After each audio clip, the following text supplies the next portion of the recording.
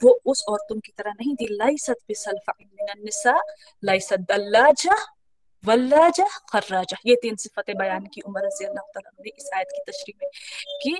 وہ ان عورتوں کی طرح نہیں تھی جو بے باکی کے ساتھ کسی غیر مرد کے ساتھ جو ہے وہ تعلقات قائم کر لیتی, جھجھک کسی مرد کے ساتھ جو ہے وہ بات کرتی ہیں, اور نہ ہی وہ ان عورتوں کی طرح ہے جو اکثر یہ جو ہے دلاجہ ولاجہ خراجہ, ان تینوں کا مطلب ہے کہ وہ باہر چلی جاتی ہیں, ہر جگہ چلی جاتی ہیں, ہر محفل میں گھستی رہتی ہیں.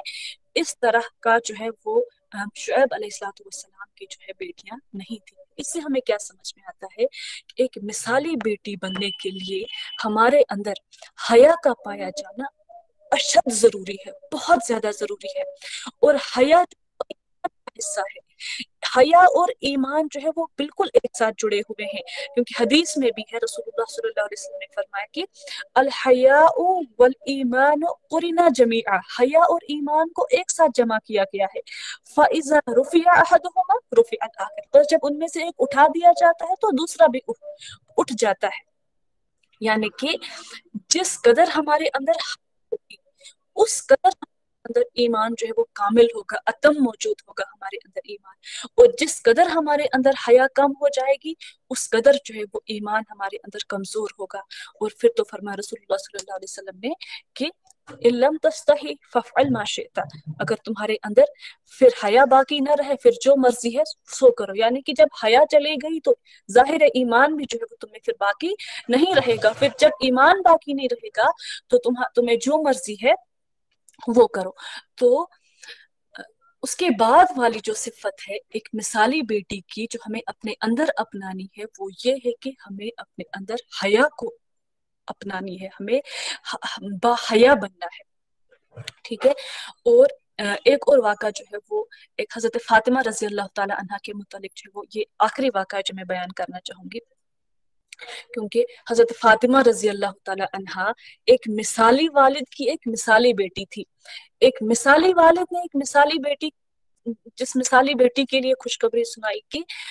آپ جنت میں خواتین جتنی بھی عورتیں جائیں گی ان تمام عورتوں کی سردار آپ ہوں گی.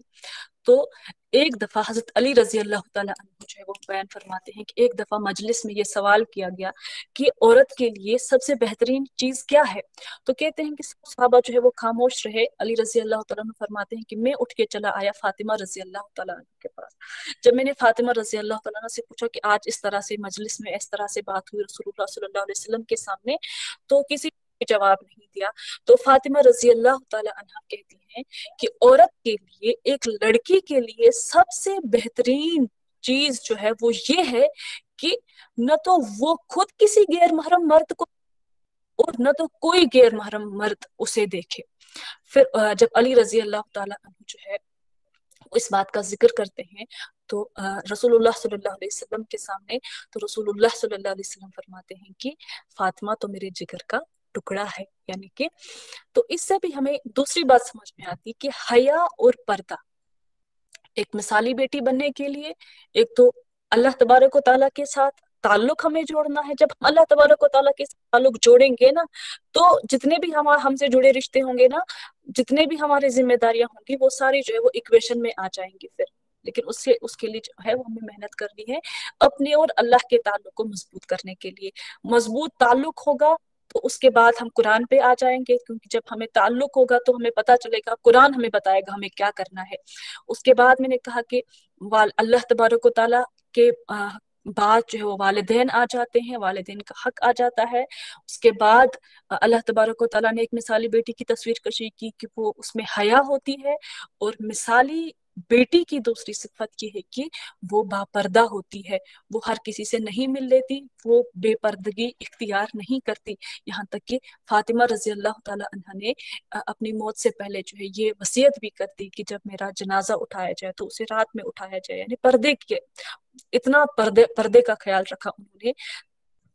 کہ انہوں نے علی رضی اللہ تعالیٰ سے کہا کہ میرا جو جنازہ ہے مجھے رات کے اندھیرے میں دفن کیا جانا چاہیے. تو یہ تھی کچھ صفات جو ہے ایک جو مثالی بیٹی بننے کے لیے ہمیں اپنانی ہے. اور اس کے علاوہ بھی بے شمار جو ہے وہ ایسی جان باز خاتون ہے دین میں، اسلام میں، جن کی سیرتوں کو پڑھ کے، جن کی لائف سٹوریز کو پڑھ کے ہمیں پتہ چلے گا کہ اس طرح سے ہم اپنا اپنا رول جس مرحلے پر بھی ہم ہیں ایک مثالی کردار جو ہے وہ نبھا سکتے ہیں.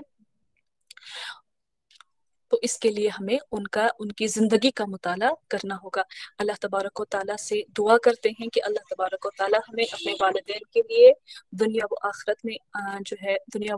ان کے لیے آنکھوں کی ٹھنڈک بنائے. اللہ تبارک و تعالیٰ ہمیں جو ہے سننے اور بولنے سے زیادہ عمل کرنے کی توفیق عطا فرمائے. وآخر دعوانا ان الحمد للہ رب العالمین. السلام علیکم ورحمۃ اللہ وبرکاتہ. اللہ اکبر، اللہ